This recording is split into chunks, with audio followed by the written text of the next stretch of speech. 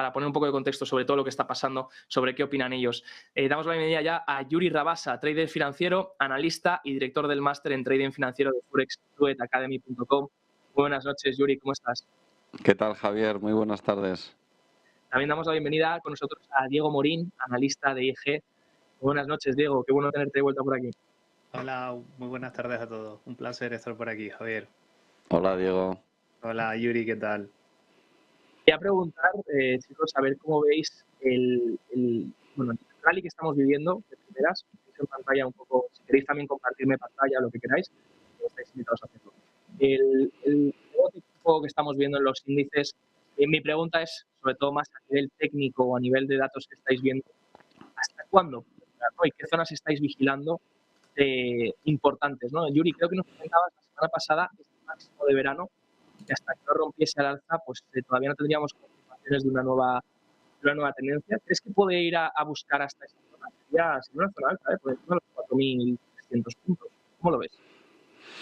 Efectivamente, la semana pasada comentábamos eso y me mantengo en esa posición. Es decir, ahora mismo estoy compartiendo pantalla para que podamos ver que ahora mismo el precio se encuentra en su directriz bajista. Aquí tenemos toda la directriz bajista de la corrección y este sería el objetivo técnico de toda esta rama ascendente, ¿no? Entonces, en estos momentos, mucha precaución porque llegados a este nivel se puede producir un rebote, ¿no? Los 4.300 para mí deberían ser el nivel técnico que podría confirmar que toda la corrección desde final de años ha terminado. Mientras tanto, la narrativa que nos puede ir llegando nos puede ir ayudando a comprender qué es lo que está sucediendo, pero técnicamente, hasta que no veamos el SP500 rompiendo los 4.300, muchísima precaución porque técnicamente sigue siendo bajista. Nos quedamos con ese análisis, Yuri. Diego, ¿cómo lo ves tú? Todo esto que ha comentado y bueno, y los últimos datos, si quieres más concretar alguna cosa. Sí, bueno, a ver, he estado bastante pendiente de lo que has comentado desde que has comenzado, ¿no? Un poco la sesión y totalmente de acuerdo, ¿no? Es decir, también junto con Yuri, porque está ahora mismo pendiendo un hilo, ¿no? Se encuentra ahí, como bien mencionabas antes, coqueteando, ¿no? Con esa media de 200 sesiones. Ahora Yuri ha presentado, ¿no? Esa directriz bajista y ahí es donde se puede decidir un poco todo, ¿no? Estamos ahora mismo también pues con cierto, entre comillas, ¿no? Optimismo de posibles cifras buenas del Black Friday y también del Cyber Monday, ¿no? Que eso también pues ha impulsado ligeramente, ¿no? Un poco al mercado, aunque el peso pesado siempre es la Reserva Federal y los miembros, pero creo que el nivel a batir va a ser esos máximos de agosto, ¿no? Creo que ese va a ser un poco el antes y el después y ver qué ocurre a partir de ahí.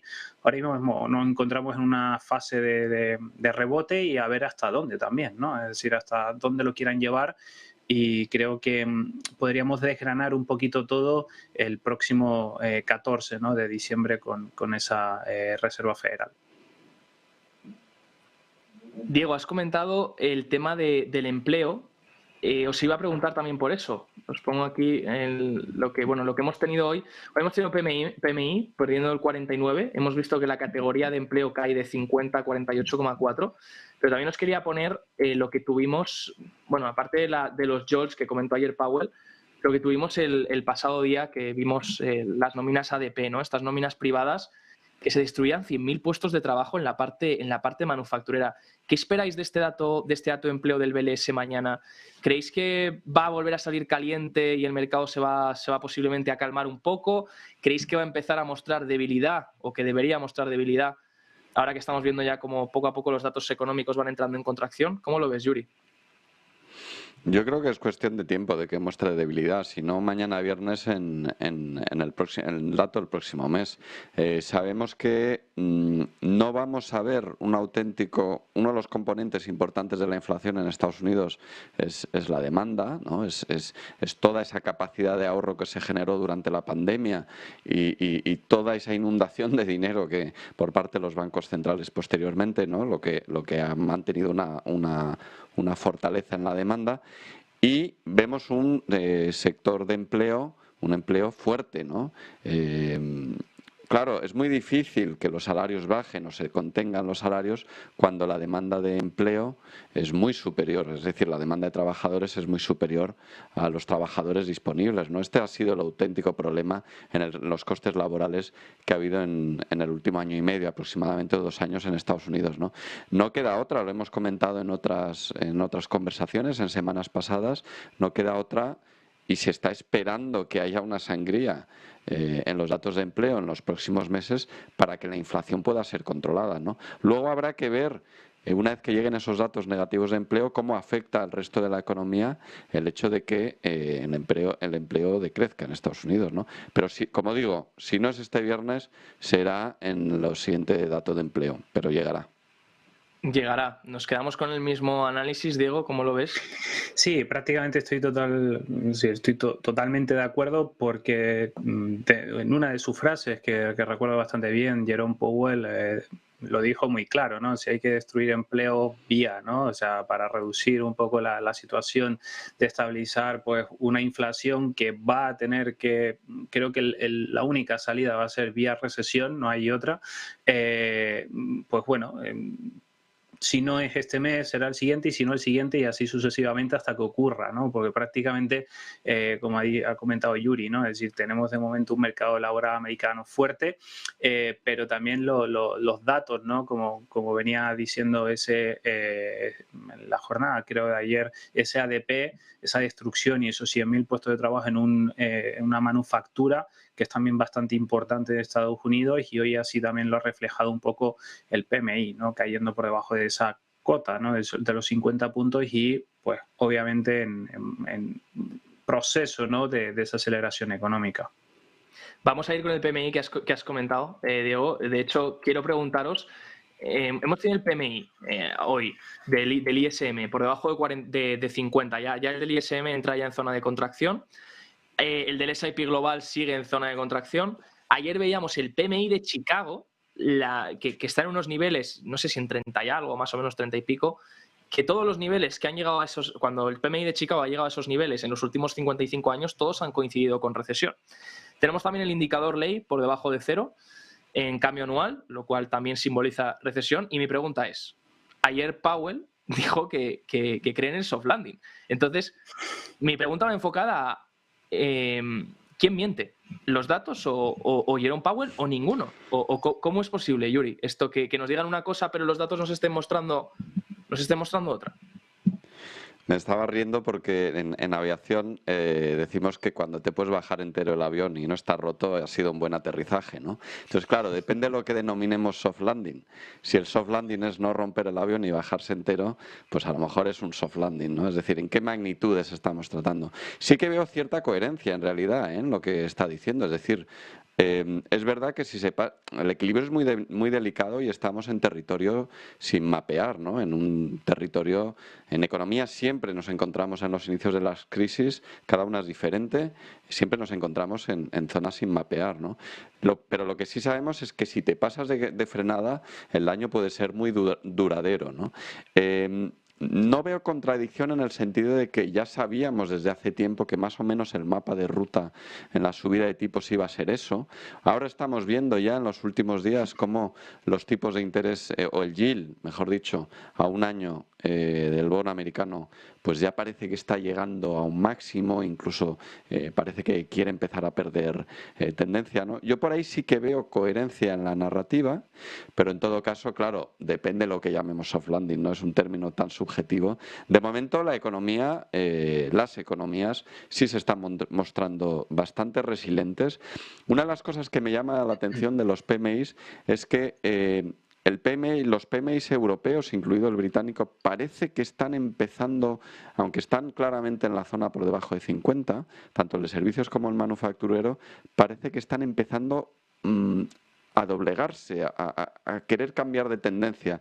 Veremos en los próximos datos si esto ocurre. Sin embargo, vemos cierto retraso, cierto desfase en los PMIs americanos a que eso suceda. Es decir, todavía vemos los PMIs americanos como todavía la tendencia es claramente bajista. Quizá eso se deba al hecho de que en Europa pues hemos sufrido la crisis energética mucho antes, es decir, la crisis energética nos ha afectado económicamente mucho antes que a Estados Unidos, que de momento no le ha afectado porque tienen esa independencia energética, ¿no?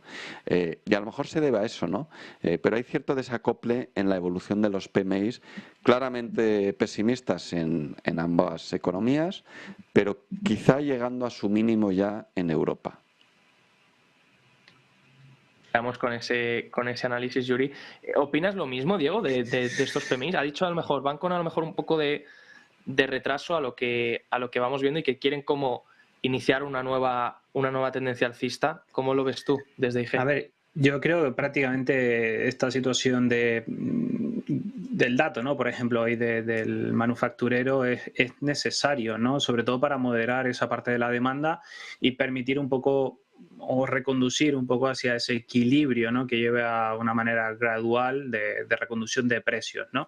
Pero sí es verdad que, bueno, el tema de los nuevos mensajes de Jerome Powell, pues desde mi humilde opinión, yo los cojo con pinzas, ¿no? También nos decían finales de 2020, 2021, lo que se suponía que iba a ser transitorio como la inflación, y es algo bastante complejo, ¿no? Yo creo que, bueno, están lanzando un poco también esos mensajes pues para tranquilizar parte del mercado, insisto, es mi opinión, para acabar el año de una manera positiva, y ya veremos a partir de enero qué es lo que pueda ocurrir, ¿no? Porque básicamente tenemos es decir, los datos sobre la mesa, contracción, sí es verdad que lo que ha comentado Yuri estoy totalmente de acuerdo, ¿no? Es decir, esa parte sobre todo de independencia de energía, etcétera, pero creo que el foco principal va a seguir siendo el empleo, ¿no? Yo creo que van a ir a atizarle por ahí y hacia, sobre todo, ver cómo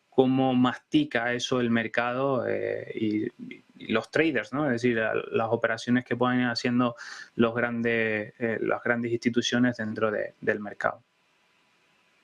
Gracias, Diego. Oye, y os pregunto, ¿cómo veis el escenario, viendo todo esto que hemos comentado, que bueno, que las palabras de Powell hay que cogerlas un poco con pinzas y viendo que todavía tiene que apretar ese mercado laboral? ¿Cuál es el escenario para 2023 que estáis viendo? Desde Forest Duet Academy, desde IG, ¿cómo estáis considerando este nuevo año? Ahora que ya nos acercamos al final de 2022, ya hemos visto que bueno, ha mejorado un poco todo, como bien decíais. Veremos cómo empezamos el año que viene, ¿no? ¿Qué esperáis del año que viene? A lo mejor otra narrativa. La narrativa este año era acabar con la inflación. Entonces, cualquier dato malo era un dato bueno. Pero a partir de hasta cuándo se va a ver que un dato malo es un dato malo aquí y en Pekín. O sea, ¿hasta cuándo crees, Yuri? ¿Y qué esperas del año que viene? Te pongo el target de JP Morgan, que ha salido hoy. Estima que haya una caída fuerte en la primera mitad. También quiero preguntarte por eso, porque todas las casas de analistas y grandes bancos están diciendo esa primera mitad de año muy mala y segunda mitad de año muy buena. Y es algo que se repite mucho. Y aquí JP Morgan dice, pues caída hasta los 3.000 primera mitad, pero luego cerrar el año en 4.200. ¿Cómo lo ves tú? ¿Qué opiniones tienes? ¿Qué estás esperando? Siempre me acuerdo de la frase esta de Keynes, ¿no? De que el mercado puede permanecer irracional más que nosotros solventes. El mercado tiene esas cosas, tiene fases que se comporta completa. En general suele comportarse de forma irracional en el corto plazo y tener estos comportamientos de comportarse con euforia cuando los datos son negativos y con pesimismo o con caídas cuando los datos son positivos, ¿no?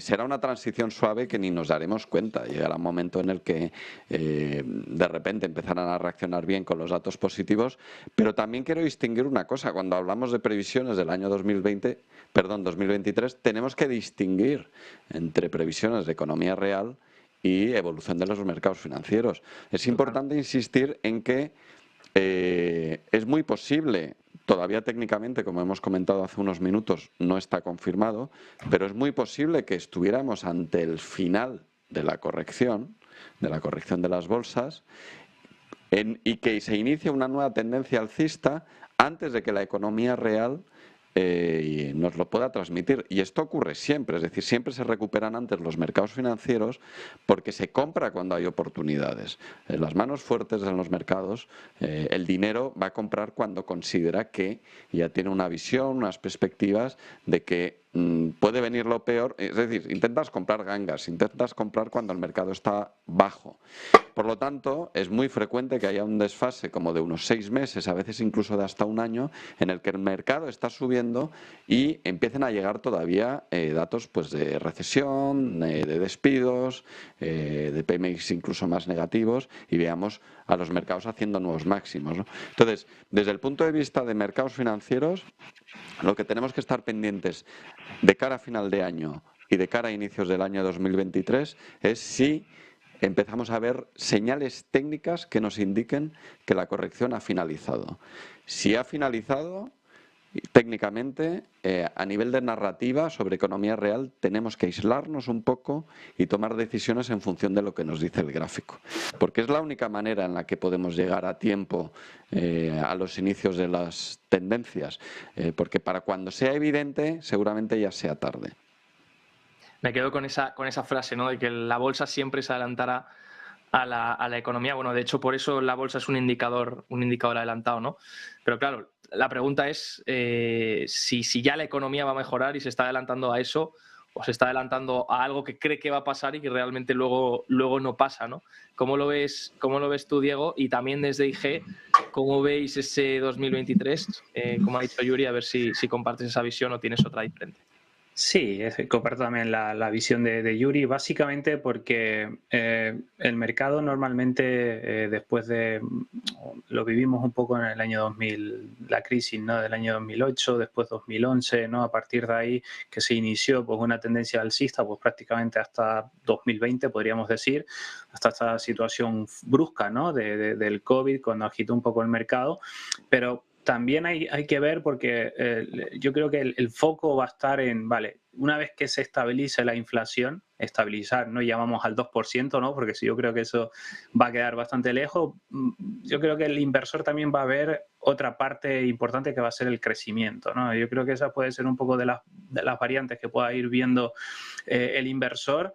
Y después, insisto, desde mi opinión, el mercado hay que ir siguiéndolo de manera diaria, ¿vale? Es decir, yo creo que hay, sobre todo si estamos expuestos o queremos tomar posiciones, pues ya sea por técnico, por fundamental o lo que consideremos, ¿no? Pero creo que sobre todo esa va a ser un poco la misión, ¿no? Ir viendo la recuperación, por ejemplo, lo que comentábamos al inicio, ¿no?, de CSP alrededor de la zona de los 4.300, 4.305 puntos, esos máximos de agosto van a ser un poco la clave, ¿no?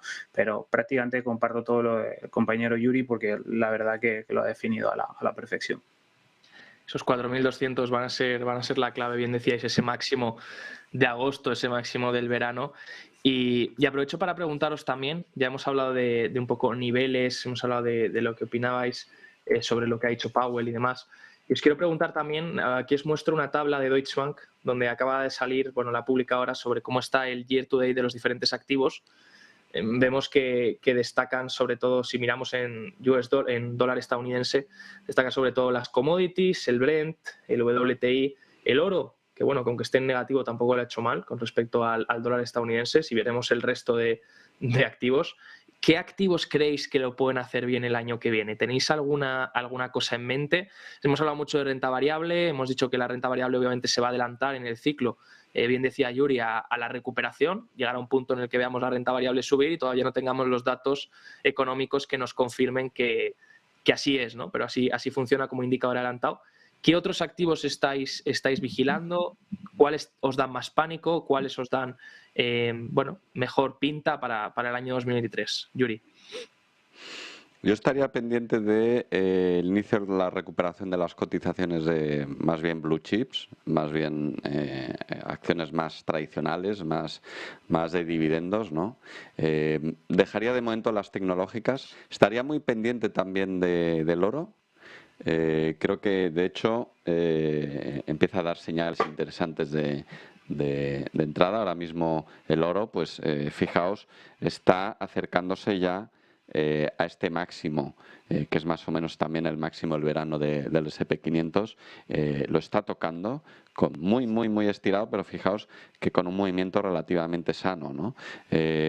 Si supera este máximo, cosa que parece que puede realizar próximamente, tendríamos ya una tendencia alcista de medio plazo que tendríamos que ir viendo si se va confirmando a lo largo de principios de año, ¿no? Pero técnicamente toda esta corrección del oro ya ha finalizado, ¿no? Ya habría finalizado desde el momento en que superó este máximo de aquí, ¿no? Y ya tenemos unos máximos crecientes y mínimos crecientes también, ¿no? Creo que va a ser un valor interesante para seguir. De momento tecnológicas no, lo estamos viendo también en el Nasdaq, cómo lleva cierto retraso frente al SP500, ¿no? Ni siquiera se acerca a la directriz bajista todavía, pero me iría a valores más tradicionales que tengan buena musculatura financiera, buenos recursos financieros, porque los tipos de interés van a estar más altos de lo habitual y que por lo tanto pueden proporcionar yield también por dividendos al inversor. Gracias, Yuri. Diego, ¿cómo lo ves? Ha comentado, bueno, alejarse las Sí. dividendo, oro. ¿Alguna opinión más? Bueno, a ver, nosotros de hecho esta semana presentamos las perspectivas desde IG y bueno, el oro es uno de los metales, o en este caso de los activos por los que apostamos y sobre todo también la plata, ¿no? Yo creo que son dos, pues prácticamente, ¿no? Dos activos que pueden comportarse bien si nos adentramos dentro de una recesión e incluso me atrevería a decir que el oro va a dar que hablar los próximos 2 años, ¿no? Yo creo que se puede iniciar un ciclo alcista, como ha comentado Yuri, muy importante. Obviamente hay que ir viendo pues la situación de oferta y demanda, cómo se va posicionando y después pues bueno, ya habría que buscar empresas de calidad, ¿no? Es decir, aquellas empresas pues que tengan capacidad de fijación de precios, tener rentabilidades también estables, ¿no? Pues a los cambios que estamos teniendo del ciclo económico y que al final pues también consigan mantener a esos accionistas vía dividendo, ¿no? Por tanto, yo creo que eso podríamos reestructurar o enfocarnos el próximo año. Y por otro lado, hay que vigilar el petróleo, ¿vale? Yo creo que el petróleo, para aquellos, ¿no? Que tengan más experiencia dentro del mercado y demás, creo que va a dar bastante que hablar, ¿no? Sobre todo por esa lucha que estamos teniendo entre la OPEP Plus, la Casa Blanca, estabilizar esos precios. Por tanto, yo creo que son, sobre todo petróleo y el oro, esos activos bastante interesantes. Aprovecho para preguntarte, has comentado, estáis elaborando esas perspectivas, has dicho cosas muy interesantes, empresas de calidad, oro también, como bien decía Yuri, y aprovecho para preguntarte también qué consideráis o qué opinión tenéis en cuanto a la renta fija y también voy a preguntaros en cuanto a la renta variable emergente, porque se está hablando mucho en todos estos outlooks e informes, se está hablando mucho tanto de ganadores, la renta fija y emergentes. Parece que nadie quiere ya acciones estadounidenses, aparte de las acciones más value o, como ha dicho Yuri, de dividendo. ¿Qué opinión tenéis de esto? No sé si en IG tratáis este tema y cómo lo estáis viendo estos dos activos de cara al año que viene.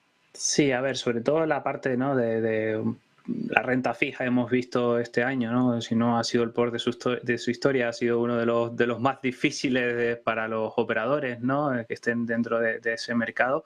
Nosotros creemos que puede ser interesante, ¿no? Vigilarlo de cara al ¿no? A la primera parte del año, porque, bueno, puede funcionar bastante bien en situaciones, ¿no? Sobre todo por ciclo, hablo por ciclo de histórico en situaciones un poco como las que podemos vivir, ¿no? Sobre todo, pues ya hablo a nivel de gubernamental, ¿no? Hay que ir viendo también dónde nos vamos a posicionar. Obviamente no es lo mismo, ¿no? Un bono en este caso, que no nos pueda dar una rentabilidad esperada. Y después las emergentes, pues bueno, han sufrido, ¿no? La situación de un dólar muy fuerte ha provocado que ciertos países, pues bueno, se haya disparado muchísimo más los precios. Creo, si no mal no recuerdo, la semana principios de octubre o algo así, vi un informe en el cual países, ¿no? Como Sri Lanka, los precios han subido un 80%, también, ¿no? Por poner un poco un ejemplo, con respecto a esa subida tan fuerte, ¿no? que ha tenido el dólar. Por tanto, yo creo que hay que ver qué emergentes, hay que ver también qué mercados, pues no es lo mismo la situación un poco, ¿no? que vive Turquía que pueda vivir Brasil, ¿no? O sea que al final hay que ver también hacia dónde nos podemos dirigir, pero tenerla un poquito en la recámara yo no lo vería mal. Pues gracias, Diego, por esta gran explicación. Yuri, te pregunto lo mismo en cuanto a lo que ha comentado. Renta fija, has hecho como un movimiento para ver tu opinión, quiero saberla cuando lo he mencionado. Y también emergentes, por favor, renta variable emergente, ¿qué opinión tienes? Sí, porque he hecho el movimiento porque me he acordado que me había olvidado comentar, porque precisamente los bonos van a darán una oportunidad en los próximos meses que hacía mucho tiempo que no teníamos, ¿no?